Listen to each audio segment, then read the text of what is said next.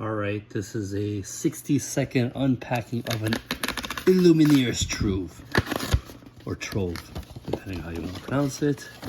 Let's see how this looks like.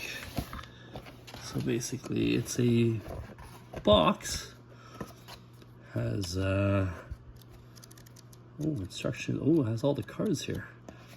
So there's a similar to a Fat Packet Magic. There's 2 deck boxes.